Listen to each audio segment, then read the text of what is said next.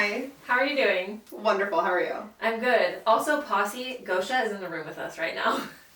We are experimenting. He's being good right now. I know you guys are always asking us to bring him on, and just know that he is with us as we speak. Yeah, he's sleeping in the corner, and we hope that he keeps sleeping because otherwise his purr will take over our voices, and you won't be able to hear anything else on this podcast. And that's when we'll have to kick him out.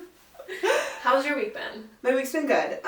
Okay, I've been thinking about something from our plane ride back from Palm Springs, which I know was 2 weeks ago, but you are an evil person if you... Oh, I thought you meant No, not you. I was like, No. damn. Yeah. If you recline your seat on a flight that is under 4 hours, you're evil. You're evil. We don't have room for it. We can't do it, okay? It's like... It's so fucked up, and sure, if every single person reclined their seat, it would be fine, right? Because you'd still have the same amount of space, but it's gonna stop somewhere, and someone's always gonna get fucked. Mm-hmm. Don't do it. I also feel like this, even putting the option to recline your seat, it's, the airlines are doing to us, it's like, you know how, like, the whole thing of capitalism is, like, pitting the little guys against each other so you don't realize that it's like the rich guy at the top who's fucking you all. Yes. That's what being able to recline your seat a fraction of an inch on an airplane is. I agree. I mean, it's fucked up how much space we get. We're in there like sardines. It's already unacceptable. Like, the airlines are the major problem. Yeah. But it's like, okay, we have no other option. We have to be on this fucking plane to get where we're going. Like, we have to be in this together. Yes. Don't recline your seat. Yeah. Sorry that you know, we're all too broke to afford first class. I know. But we gotta look out for each other. We have to. And it's like, okay, if it's like an international flight, okay, you're allowed to. Because I'm just assuming at that point everybody's going to and you're just all going to kind of relax into it. But like, we're going from Portland to LA. Yeah. It's not that long of a flight. It's like less than 2 hours. Yes. And once again, the person across the aisle from me had their shoes and socks off. Dude, what? I don't know what is up with these people, dude. I don't know. And like, this is Portland, LA. This is not a long flight, and you cannot keep your socks on your feet. Okay, also, even if it is a long flight, if you take off your shoes, your feet are gonna get so swollen. No. Like, you need to actually be wearing compression socks the whole time. You do. Otherwise, your blood is gonna pool in your feet, and you're gonna get a blood clot. So, like, what are you doing? You're not only being unsanitary, but you're also being unsafe. I just can't. I can't with these people. I want somebody, if one of you are one of these people that takes your shoes and socks off on the plane, please just DM me and explain to me, because I will just never understand what is going through your brain to be like, this is acceptable behavior. One time I wore sandals on a plane ride, like Birkenstocks, because I'd been in Thailand and I was flying home and it was like hot as fuck. So I just like, I wore Birkenstocks because that's what I was wearing that day. Yeah. Didn't really think much of it. When I got home, dude, my feet were swollen like balloons. Like, really? I could barely like keep my Birkenstocks on. Like, I could barely fit my feet in them because they were so swollen from not wearing any socks. Like, just raw dogging the air, you know, for an 18-hour plane ride. Like, that's the worst thing you could do. That's so scary. The worst thing you could do. And it was like days before they went back to normal size. Oh my god, no. No, thank you. So, that's what you guys are setting yourself up for. You disgusting monsters. You know what I realized? I am not an aisle seat person anymore. I'm a window seat girl. But you're getting sucked out of the plane. I know, but you just... The thing is, about the aisle, I used to always sit in the aisle because I would get up and go vape in the bathroom 20 times on the flight. Yes. And now that I don't vape anymore. What's the most times you ever vaped on the plane? Oh god, more than I can count. Really? Like, that many times you were getting up and down, where people are like, she has IBS, like something's For wrong. sure. Yeah. I mean, I'm sure people thought I was like doing drugs in there or something, or shitting my brains out. I one time like was in the bathroom during the point when they're like, you know, the plane has landed and they're like, everybody needs to stay in their seat so we can like taxi to the runway or whatever. And the flight attendant was like knocking on the door outside me, and I'm like, I just need to hit this vape a little bit more. But I've also like done it in the seat in the plane, without going to the bathroom. But anyway, that was why I always chose the aisle before. And now that I don't vape, I'm like, the aisle fucking sucks. Like, you're constantly getting like, the carts are hitting your knee and you have to get up for everyone else to go to the bathroom. I'm like, I need to get in the window seat so I can just crawl into my little corner and like, you know, not interact with anyone. I just feel like if what happened recently did not happen, I'd agree with you, but I don't know. I I've never really been a window person, mostly because I'm scared of flying, so I don't like to just be, like, staring right out the window at all times, but I don't know. I'd rather get hit by the car than be sucked out the window. Yeah, that's fair. That's fair. You can recover a lot more easily from getting hit by the car. But the worst, truly, is when you're in the middle of two people you don't know. Yeah. Kill yourself. I'd rather die. Yeah. I'll change my flight. I will pay $100 to upgrade, like, I don't care. Yeah, it's awful. Okay, aside from plain things, I wanted to share with you that I did order the glass dildo that we spoke about. Oh my god. It's the same thing you have. I haven't tried it yet. Okay. I'm like really intimidated by it for some reason. Yeah. I have like a mental block around using it. I don't know. I'm gonna try tonight to do it. But I did also they were doing like a deal on this website where you could get 3 things for the price of 1. Ooh. So I got 2 glass dildos. And I got this like vibrating cock ring with like a clit simulator. Okay. Hated it. Okay. I've never used one of those that has actually stayed in place. Yeah, it didn't stay in place well, and like the part that is supposed to like stimulate you was kind of like hurting me. Oh. Like I feel like with something like that, you have to have so many pieces of anatomy right to like make it work. Yeah. And it just like didn't like fit where I needed it to be very well. You know what I tried it. Incredible if they could invent it is like a cock ring that is like a vibrating cock ring, but something where it's almost like it's like a little thicker, or it like, you know how usually it's like one piece on it is the vibrating part, right? Yeah. But it's like if the whole thing could be the vibrating part and just kind of like wider, so it could really make sure it's like getting your clit no matter what you're doing or like what position you're in or how you're moving, or you know, like it's that not just like one little ball that has to like hit it perfectly. Because that never stays in place. Yeah.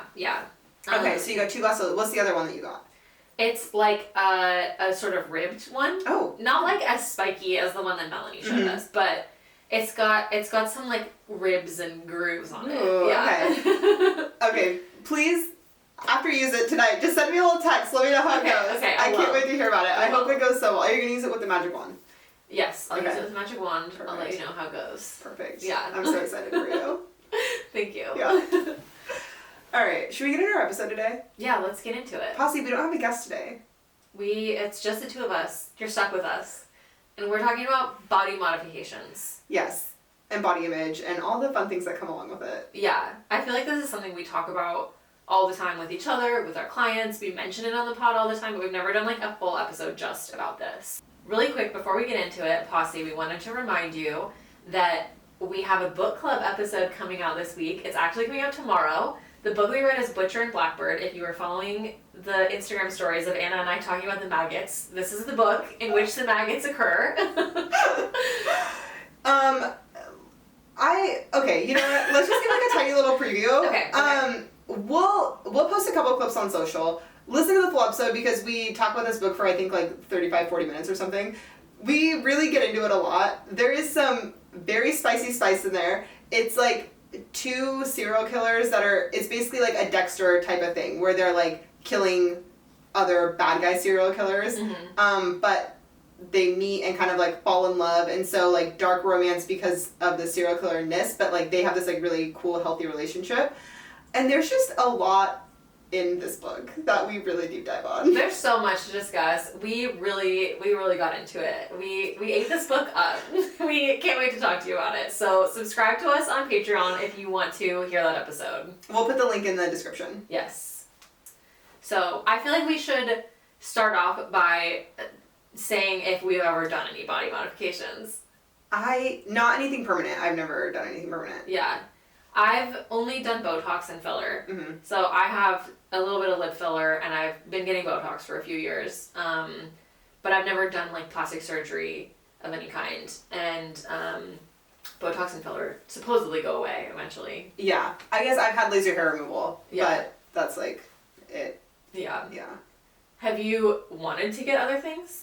Yeah, for sure. I feel like there's been, like, right now there isn't anything that I actively am, like, wanting, or, like, regularly thinking about. I mean, sometimes it might cross my mind a little bit, but it's not anything that I, like, actually think about for too long. But definitely in the past, like, growing up, especially, I was, like, middle school, high school, was, like, I need a nose job. Like, which is so sad to be, like, 14 and be like, no, I need this for like my life, you know? Dude, I know, but it's so real when I you're know, that age. yeah. And everybody's like, you know, every boy you date comments on the size of your nose. Yeah, yeah. Yeah. So that for sure, and then I just think like, and then boob jobs, but that's because when we were young, it's like every celebrity had boob jobs, but they were like the really noticeable boob jobs, and that is like what was really in. Like I just think about like Girls Next Door, you know? Yes, that look was like, that was what was hot. Yeah. You know, like Pamela Anderson vibes. Yes. What about you? I mean, yeah, I've gone back and forth on getting a boob job a million times. Yeah. Also a nose job.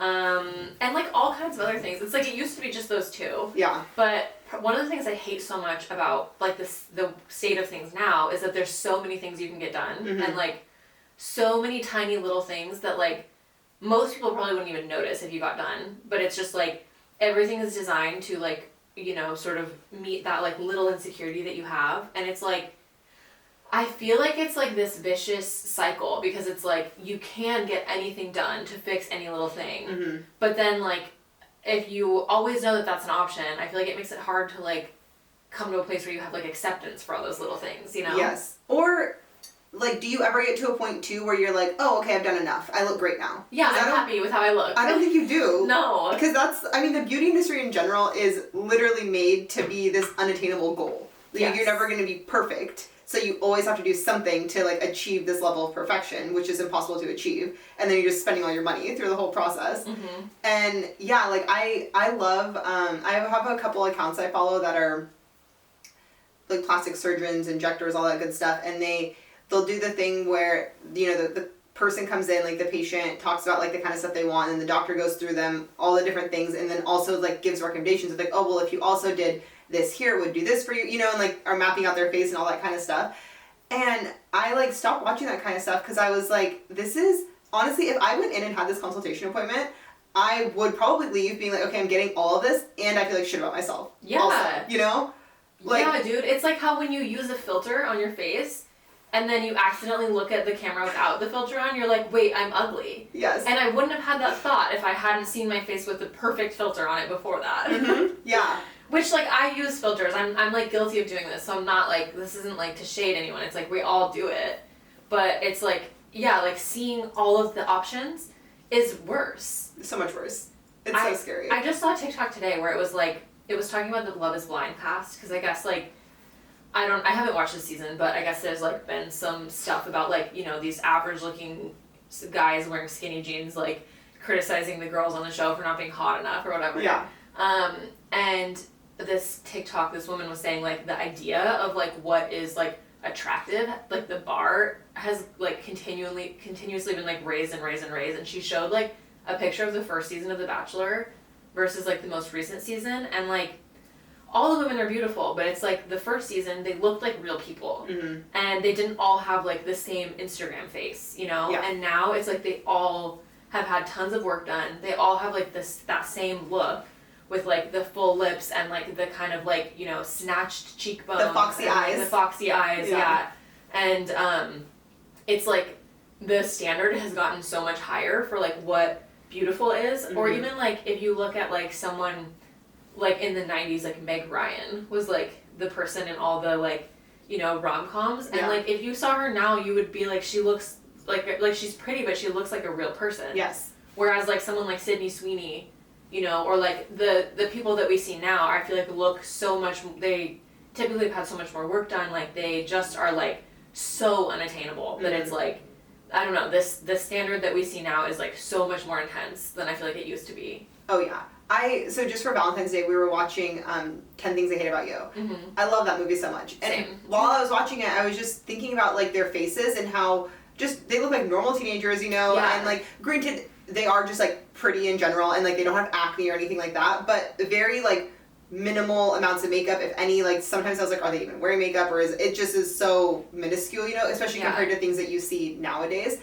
And then like you think about that versus like the cast of Euphoria or something where it's like these people are so fucking hot. Yeah. You know, it's like inhumanly hot. Yes. It looks like they were created by AI. Yes. It's like very like different high school experiences where it's just like supposed to be like a cast of teenagers. Totally, yeah, and it's like everything is like that, from Euphoria to The Bachelor to like you know, any show, I feel like you just don't really see like regular looking people, even on reality shows. It's like people are spending their own money to look that way because that's like what is normal now. Yeah.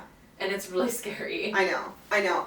So I feel like in a weird way, in the last like few years, I've almost become a little bit more like okay with, like, obviously I still have insecurities, but like okay with them, or a lot less like wanting to change certain things, or like I feel if you asked me a few years ago like, hey, do you want to get some Botox or filler, I would have been like, yes, like I'm gonna do it right now. Whereas I remember when you were pregnant, you were like, I'm getting all those things as soon as I'm not pregnant. Yeah, exactly. And like now I just like I'm not like actively like I don't want it, but I'm just like, you know, like I don't really feel like I need it right now, or like I'm like trying to come to terms with like my looks and like just certain things that I would normally feel insecure about. And I do think a large part of that in a weird way is just because of our job and the fact that we get to see real women every single day. Yeah. And it's weird how many people don't get to see real women every day, you know? Yeah. Or like real people every day in general, especially if you're working remotely, right? And you're maybe seeing your coworkers over Zoom or whatever, or your family, but it's still like so limited. And then everything else you see is online or TV. You're like not seeing real people. No, and you're not. It's so different when you just get to see normal people every single day. And not only that, but we get to see people come into the studio in the morning, zero makeup, zero anything, because they're going to get their glam done. We get to see them then. We get to see them with their glam done. I literally edit people's photos, right? I retouch people. It's just like this completely different level of like getting to see somebody. And I'm like, oh, like we literally are all the same. Yeah. Everyone has like things that they don't, you know, things that they're insecure about, or not everyone looks in person the way they do on Instagram. Totally, yeah. I feel that so hard. And you know, one thing that has really struck me is all the women we see, like so many of them have the same insecurities. Mm-hmm. It's like, you know, we've said this before, but like I feel like the number one thing that people ask us to minimize or remove from their photos is their stomach. Yes. And it's like the way that every single one of us is worried about the same thing, it's like we all think that area is not good enough on us, you know? Mm-hmm. And it's like, if everybody thinks that, even the girl that I'm looking at who I'm like, oh, her stomach is flat, she still is saying, I'm nervous about my mom's stomach, will you hide it in my photos? Yeah. Like, I feel like if even the person who everybody else would look at and think that person has a flat stomach feels that way, it's like, there is no attaining the ideal, you know? Yes. It's like, it doesn't exist. No, it's literally impossible. Yeah. And we had that photo of, so Kristen, she's a boudoir photographer and a model. We'll add her link. She's amazing. You took some photos of her when we were in Phoenix that we posted on our Instagram. Yeah. And she's like plus size, and it's this gorgeous photo of her from the side, and you can like, you see her stomach, you see everything. She's naked in it. And that photo got almost like 1,000 likes or something. It was like, people were going crazy for it. It popped off, and everybody in the comments was like, oh my god, like she has a body like mine, like she's so beautiful. It was just like the most wonderful comments, and everyone was so happy to see her photo. But then we talked about that in the studio, and it's like, like every single client that we have come in, for the most part, I almost have nobody that would even allow me to take a photo like that of themselves, you know? So yes. It's like you can embrace, or like you can like appreciate it when you see it in someone else, but then you're like, no, like do not take any photo of my stomach at all, you know? Yes, and like what I thought was so interesting is that there were so many people being like, oh my gosh, I never see someone who looks like me being portrayed in this way. And it's like, we actually shoot women who look like that all the time. Yeah. But like, because like most of us are not in a place where we're okay being photographed fully naked, fully showing everything, it's like, you're not getting to really see it, you know? And so it doesn't like strike you the same way when someone is like posing in a way that's hiding their stomach or whatever. Yeah. So, you know, shout out to Kristen, but also like anybody who is like willing to like be vulnerable and get uncomfortable like that and like share themselves. It makes a huge impact on other people when they see it. Yeah. I feel like just being exposed to like lots of different bodies and like types of people does so much for you mentally that like, you know, like you were saying, like you're not getting that if you're not like intentionally seeking it or you don't have a job like ours, you know?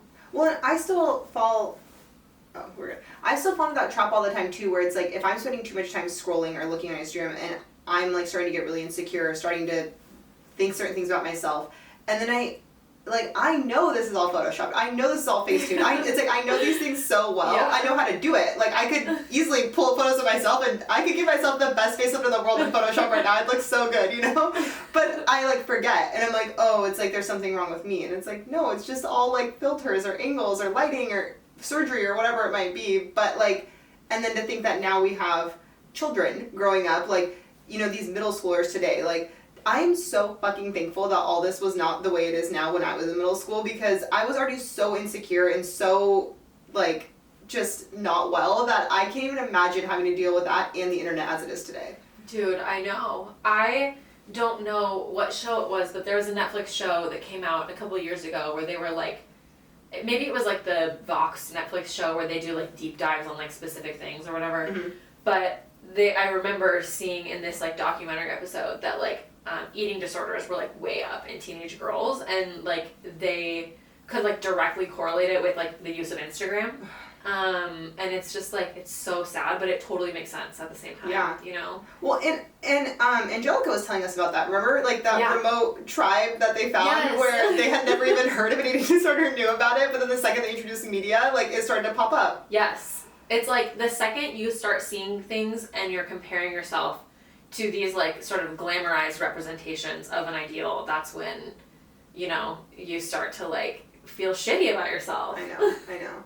And it's so hard too, because obviously, like, we have to live in today's society, right? Yeah. And we, like, sure, I'm not actively trying to get Botox or surgery right now, but it's like, I do put on makeup every single day, and I make myself look better every single day, and I do think, like, I get my brows done because I think it looks so much better on my face, or all these other little things that might not be permanent, but it's like, I just feel like the balance is so hard to be like, how do I live in this society? Also, like, you do get, like, pretty privilege is a thing, you know, and if you're, like, feeding into that, you get benefited in society, and if you want to, like, if you just want to get certain things or, like, whatever, you feed into the beauty industry in general, and so it's like, I feel like it's like a constant battle of how much of it do you want to feed into it, and it's like, I in no way, like, judge people who are fully, like, doing everything and whatever. It's like, do you, and if it's, like, making you feel good, you know, it's, like, cool, but it just sucks that it's, like, it's only because of this system that we're stuck in, and we can't even,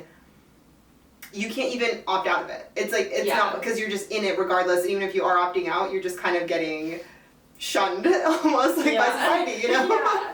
Well, and it's like, even the concept of like, do it if it makes you feel good. Yeah. It's like, how do you know it's actually you that's feeling good? Or is it just like the male gaze that you're performing for because that's been ingrained in you since the beginning of time? Totally. No, I know. Yeah. Like, I put mascara on every day because it makes me feel good to have long eyelashes. Yeah. But that's because it makes me feel good to think I'm pretty and to think that people see me as pretty, you know?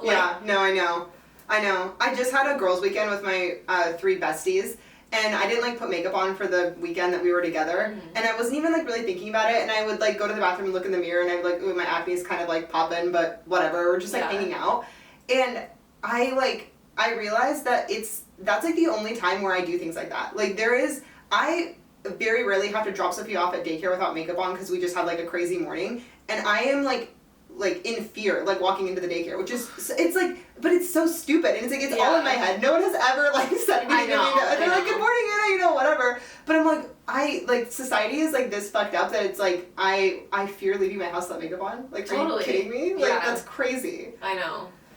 I mean, I used to, before I went to the acne treatment center, I would never leave my house without makeup. Yeah. And then afterwards, I do more now, but, like, still, it's like I still had to do something to be willing to leave my house without makeup. I still had to improve myself in some way. One of the other things that I always think about is, like, this idea that, like, you know, I think sometimes we think that there is, like, a hierarchy of, like, if you're all natural or whatever, that's different than being someone who has fake boobs or fake lashes or whatever fake thing it is. But it's like, even if you're doing no makeup, you're still, like, buying into the patriarchy and the male gaze and this ideal of, like, being a beautiful woman who looks like she doesn't have any makeup on, you know? And it's like, you're still on some level buying into this thing, even if you're not buying into, like, this certain aesthetic of, like, you know, big fake tits or whatever, you know? Like, and it's like, I feel like that is one of the things that is so frustrating, is that you can't, like, you can't really escape it, and No. like these like sort of imaginary hierarchies that we make up are all just to like, again, it's just more shit to kind of like pit women against each other. Yeah. Well, and even like this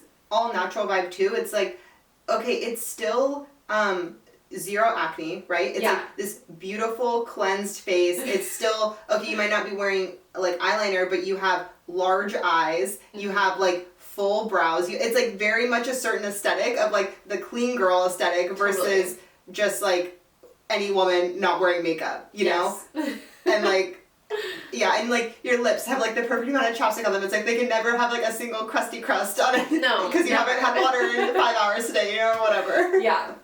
It's all just like, oh god, it's so toxic. And I feel like, okay, I do agree with you that like I don't ever judge anybody for like getting stuff done or doing, like I feel like it is a path that everyone has to kind of navigate on their own.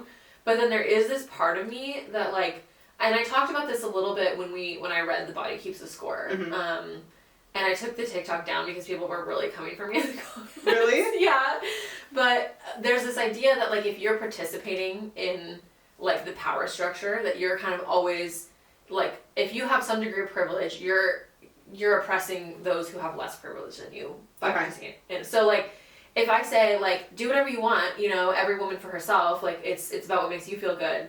It's like, okay, if I am getting Botox, which I do, and like I'm, you know, getting work done and paying for all this shit, it's like I can do that because I have privilege and because I have like the money and access to do those things, and I'm getting to like enjoy this privilege of having smooth skin and like looking a certain way and getting compliments and like the pretty privilege that comes with that, and it's perpetuating this idea, this like, you know, sort of upgraded version of like what average looks like, and then making it harder for someone who has less money than me to, you know, like feel good about themselves. Yeah. So it's like, yes, I support women doing whatever they want, but I also feel like I have to acknowledge that like the more I buy in, like the more I'm like perpetuating this cycle that is always going to make people feel bad about themselves, and that's like really hard to like accept. Well, I think what's hard is that, like, the system exists, and then we're just, like, living in it, you know? And so, if we could all snap our fingers and be like, we're not fucking doing this anymore, like, nobody is, then it would be, you know, very different, right? It's like a society, I literally can't even picture the society, right? Because we all need to, like, burn our bras, burn our makeup, like, smash all the mirrors. Yeah, but that's the thing, it's like like, regardless of how many people opt out, it's like the system is still there. Yeah. And that's what makes it so hard too. Like, I remember even back in like my tech days, like I had one day where I showed up to work without wearing makeup, and like somebody had pulled me aside and was like, hey, are you okay? Dude, that happened to me too. Yeah. And that stuff happens all the time to women, you know? Yeah. And it's and then like, you learn, I can't go to the office without makeup. Literally, yeah. And like, you know, when you show up to like a meeting and you are like looking more put together or whatever that might be, like people talk to you differently. They take you seriously. They, you know, it's like, it's just different vibes, and it sucks that you have to like learn to play the game to participate in the society. Yeah. But yeah, it is really hard to like back out of that when, you know, okay, maybe like, what if your paychecks are tied to that? What if, like, there's all these other things that have implications on like not participating, you know? Totally. I mean, I feel like if I'm gonna like go like, you know, get a new phone, I'm gonna like do my makeup and like look hot to like go to the phone store because I want them to give me the best deal, you know? Yes. Like, I feel like there's so many little situations where you can like do little things to like get some level of power, and you know, like I feel like as women living in like a patriarchal society, it's like, of course we're gonna like grab for those things where we can, you know, because there's so many ways that like I feel like we all feel like we don't have power, but it's just like impossible to escape the system. And I mean, I do feel like probably the most effective thing is exposing yourself to different types of images. Yes. That's like the best thing you can do. Yeah, because it's like that internal like self-talk that I feel like you have to, that's like the biggest fight that we're all fighting daily, you know?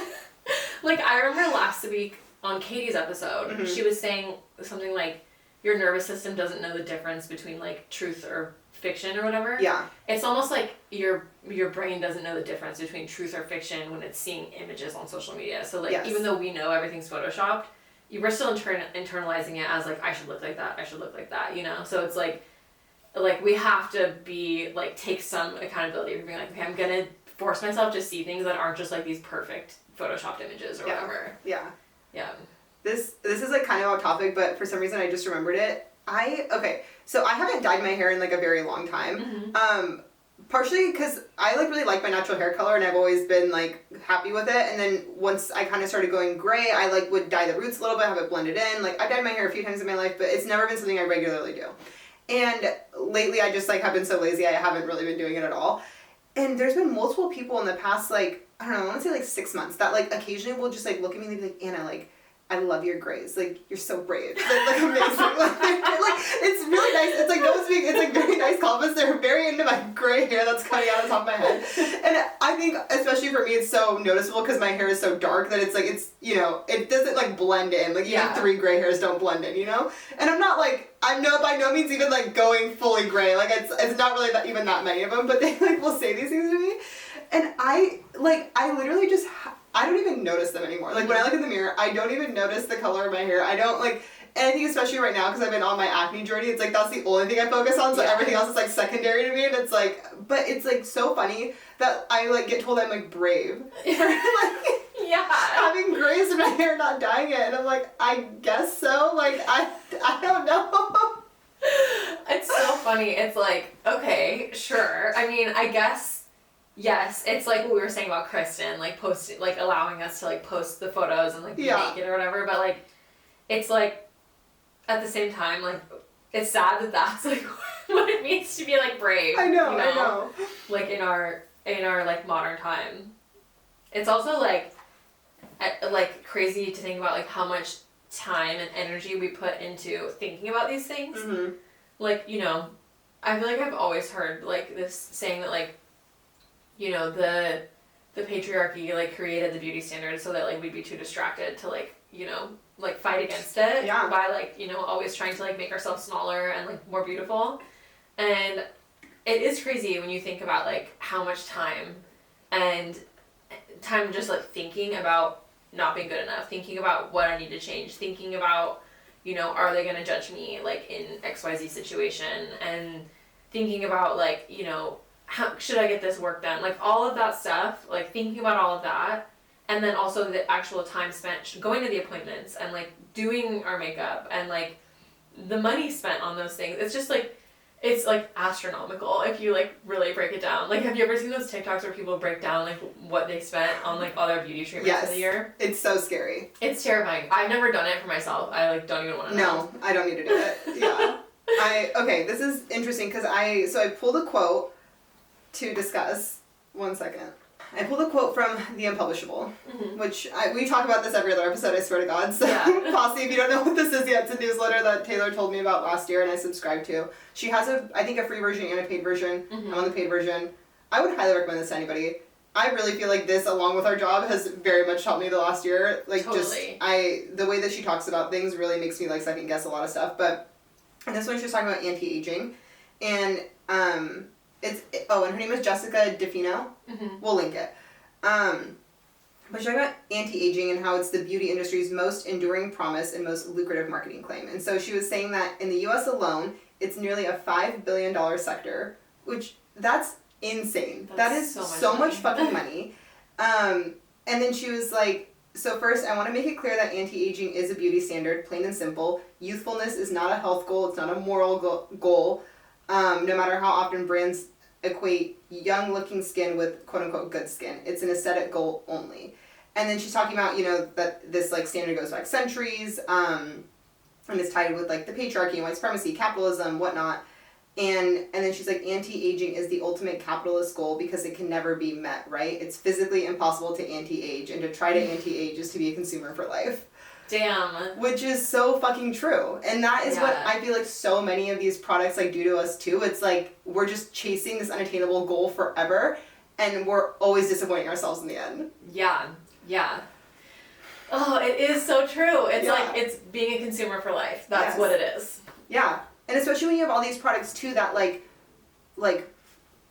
damage, you know, whatever it might be even more, and then you have to buy like the other product to fix it, or you know, you think you're fixing it or whatever, and then you just get into this like horrible spiral of, you know, you're never gonna get out of it. Yeah, well, and it's just like, you know, the fact that it is this like sort of labyrinth that you have to like uncover what are the perfect products for you, and like, you know, go on Reddit threads and try and find like, you know, the right regimen for you. It's like this, like, again, so much time and energy being put into it. Yes. And all to like achieve a goal that is literally impossible. Yes. All because it's like, okay, like youthfulness is the goal, it's the key, but like why? Like there is nothing wrong with just like aging, and just, you know, it's like, yeah, in 10 years I'm not gonna look the same way I do now. Like I don't look the same way that I did, you know, when I was 20 or 15 or whatever that might be, but like it's not bad, even though I think like, oh, I have like more wrinkles now, like I'm more undesirable, or I'm like not allowed to be a part of society as much, or you know, like whatever it might be. But it's so crazy that it's like this is just what's told to us all the time. It's crazy that we've all just accepted that aging is a bad thing. Yes.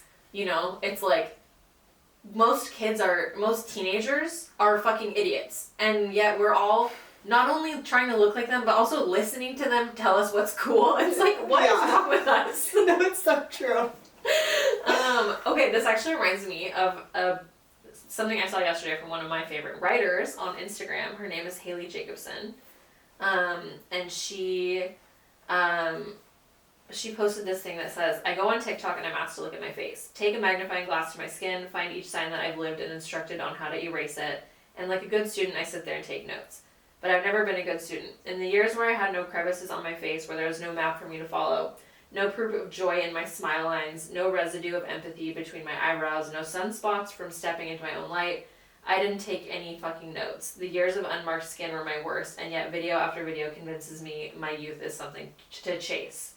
And it's just like, that's so true. That is so true. Yeah. It's like, I feel like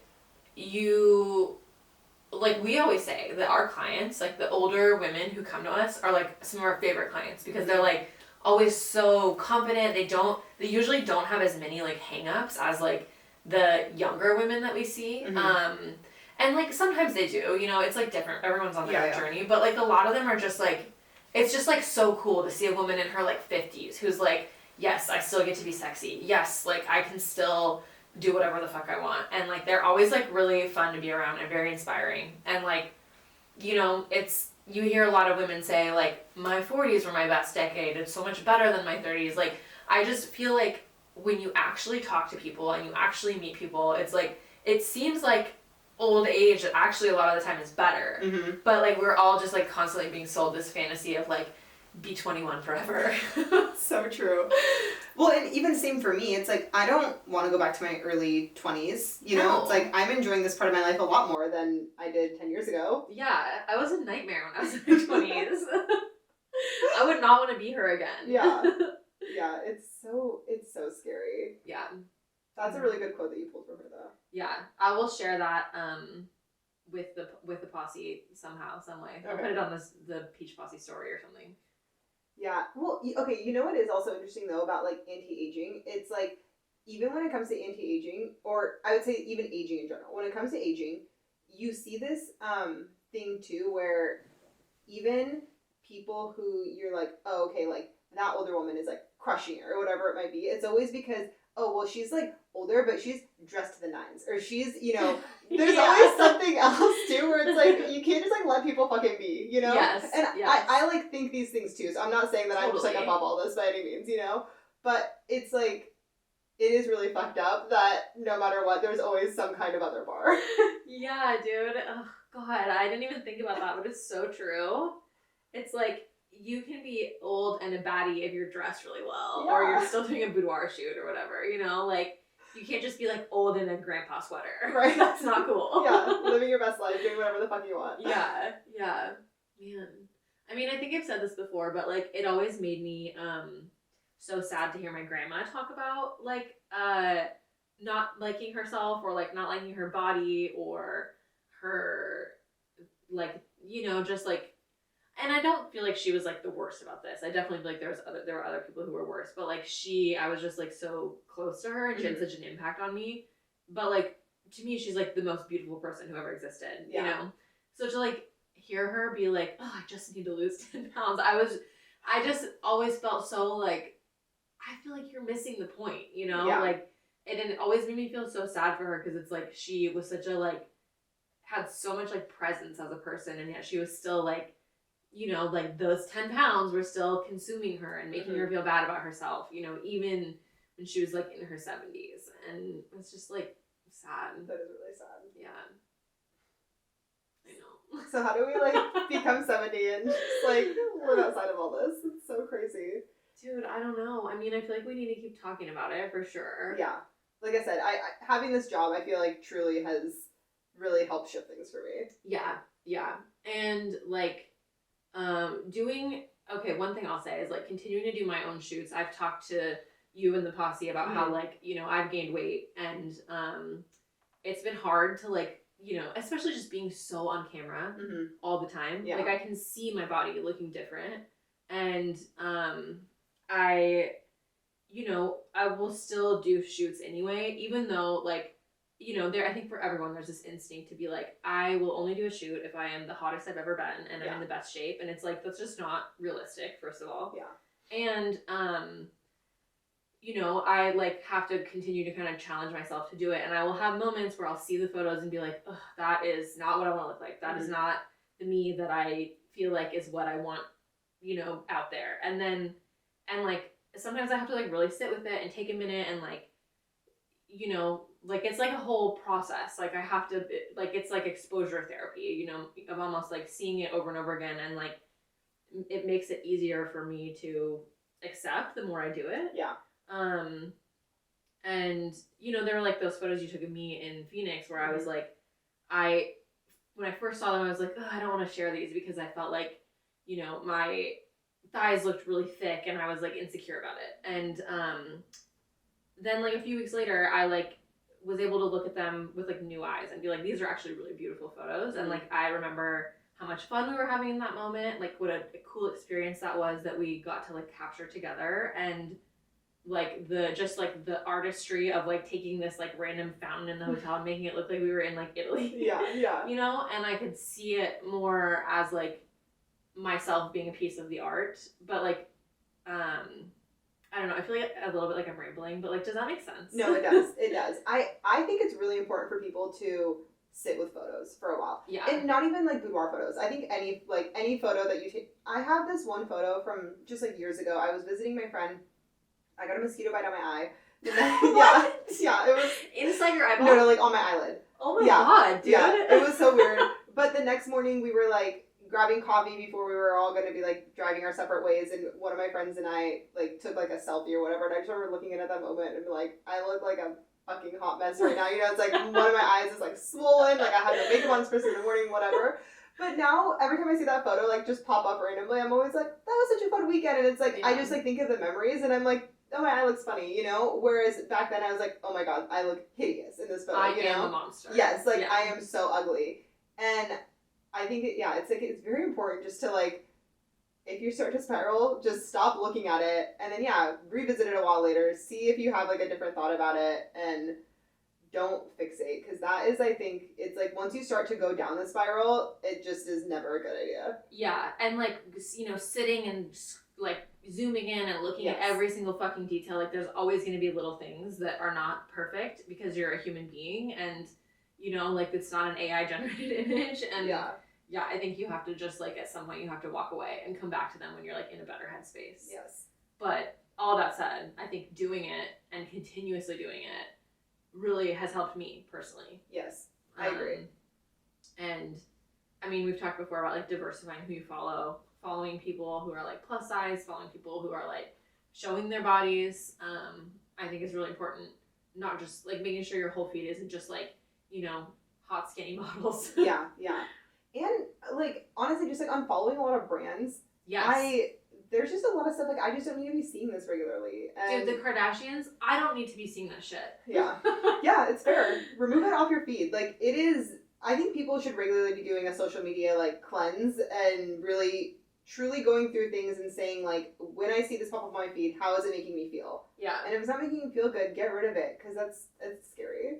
you're not going to miss anything if you're not following the Kardashians, if you're not following Hailey Bieber, like if you're not following every fucking brand, like if something big happens, you will know. Other people will post it on their story, you know, or you'll see it in TikTok, whatever. Like, but I totally agree with that.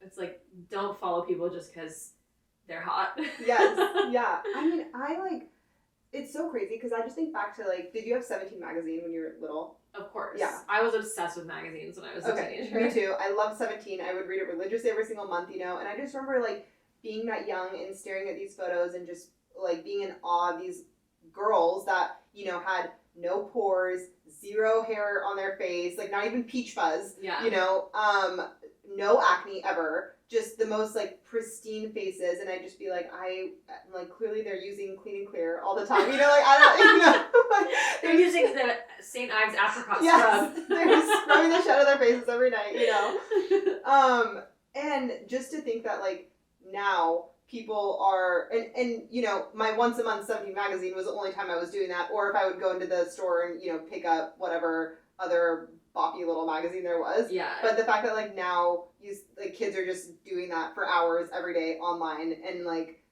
I don't know. I know like we're back to this topic again, but it's like it's so fucking crazy to like the amount of it, you know. Mm-hmm. It's unhealthy. It's nonstop, and like teenagers don't have the like self-control or the like, you know, emotional ability to like say like, you know what, this isn't healthy, I'm gonna step away. Yeah. Or to say like, I'm being exposed to too many like skinny people, I'm gonna follow some plus size influencers. I mean, like, we barely have that control. Yeah. It's like, imagine if I was 15 on TikTok, like I would not be able to stop myself from just binging all of these people who I thought were better than me. Yeah. And yeah, it is really scary. I feel like it's like, it's scary out there. I know. There was another thing, hold on, I think I got another quote from her. It was along the lines of the anti-aging thing, it was just like further down in the paragraph that she had written, but she was talking about how anti-aging rhetoric pops up in healthcare, and very often like SPF will be marketed as a product that prevents both skin cancer and signs of aging, and when these things are coupled by doctors even, it makes aging seem as deadly and devastating as cancer. Yeah. And it's so true how many of these things get positioned as like a healthcare thing. And then it's like, we all know how well marketing works, right? Mm-hmm. And then immediately you're just fully tricked into some crazy shit, right? It's insane. It's like anti-aging and like getting cancer and dying. It's like not the same thing. It's not the same thing at all. It is really crazy. And I think also like, you know, a lot of this stuff, because they're medical procedures, it's like lumped in as like, this is something you're doing for yourself medically. This is healthy. It's like, you know, like a lot of like people who go to school to do medicine are also, they're getting the same education as people who are going to school to become injectors. Yeah, it's true. God, it's so true. Yeah, that's really crazy. You hear people say medical grade skincare all the time, which I think is such an interesting marketing term. So incredible of the beauty industry to be able to take that and make it like, yeah, it is. I don't know, just the marketing in the beauty industry. They have nailed it. They have fully nailed it. They have captured everybody. They are fucking everybody up, and they are so wealthy because of it. They have really dialed in like how to, like, you know, seize the feeling of insecurity and not being good enough and turn it into dollars. Yes, 1,000%. Yeah, they figured it out. Wow, good for them. Well, on that note, I will say, I think, Posse, you guys always have really interesting things to say about this kind of stuff. So, like, if you guys have any recommendations for, like, books we should read or, you know, other people we should follow who are, like, saying interesting things about this, like, particular topic, we're always we love to get that kind of feedback from you. So definitely share your thoughts with us. Please, yeah. I feel like this needs to be, like, an ongoing conversation. Obviously, it's, like, a lifelong journey that we're all on. We could have, like, a episode like this every, like, twice a year or something, like once a quarter maybe. Yeah, I love that. Alright, what's your obsession this week? Dude, my obsession this week is so stupid. Tell me. Pink Starburst. Oh, yum. I forgot how good they were. Mm-hmm. And, you know, the fact that you can buy Pink Starburst all by itself in a bag is really just, it's a gift. It is a gift. It's a treasure, and I appreciate it. I used to request that on my birthdays when I was in high school, and my mom would always get me the really big bags of pink Starburst. It was Well, that great. is such a good gift. It was a good I would gift. like that gift right now. It can be arranged. I'm We in can my gift pink you some. Starburst era. I love that. Well, mine's pretty stupid too, and I'm just realizing now, I don't know if I've actually said this one before, but I can have the same obsession 2 weeks. Yeah. If that's okay. It's so for Christmas I asked for a little sleeve for my removable hard drive on my computer. It's like this little sticker that sticks in the back of your laptop, and then you can, when you have an external hard drive, you just slip it into the little sleeve, and it keeps it on the computer instead of just like flailing around or getting knocked off. And I love this thing. It's incredible. I just think it's been such a game changer because I work from my laptop and I'm often like moving it around my house or something, and it's like so nice to not live in a space of fear and panic every time I move it that it's going to get disconnected and then everything I'm currently doing is about to get like ripped to shreds. Oh my god, it's the worst feeling. It's so scary. That is so smart. I need one of those. I love it. I mean, I think it was like $6 on Amazon or something. I'll post the link, but okay. Gavin like laughed at me because I asked him to get it for me for my stocking for Christmas, and he was like, "This is literally what you want in your stocking," and I was like, "No, please." And at first he was like, "Oh, she wants me to get her an external hard drive." And he said, "No, it's just a sleeve for like a sticker sleeve, basically." Wait, did I tell you that Colin got me a salad spinner? Congratulations. Speaking of stupid things we could easily buy ourselves but don't. Do you love it? I have not used it once since he bought it for me. You know, just being real here. It's fine. It's fine. I've only bought bags of spinach. Oh, well, yeah, then you're golden. But in the summer, when butter lettuce is in season, we'll be in business, baby. Okay. I love it. That's so funny. Lately, I don't use ours very often either, but Sophia has found it, and she like will spin her animals in there. Just give them a little rinse. Yeah. That's a good toy. Yeah. All right. Should we tell the posse where to find us? Yes. Okay, Posse, you can find us at Naked Peach Boudoir on all the socials, nakedpeachboudoir.com, peach.posse on Instagram, Peach Posse on TikTok, and now also npb.photography if you want to follow our new TikTok. You can find me at tsmells with a Z. You can find me at Anna McLaughlin Photo. And we'll see you next Tuesday. Bye. Oh wait, should we record something really quick that says our book club episode comes out on Patreon tomorrow? Because this is coming out on Tuesday and then book club is the next day. Yes. Okay. Where should we put it in? Like before or like right after the obsessions or before or maybe at the beginning? I think at the beginning, yeah. Okay.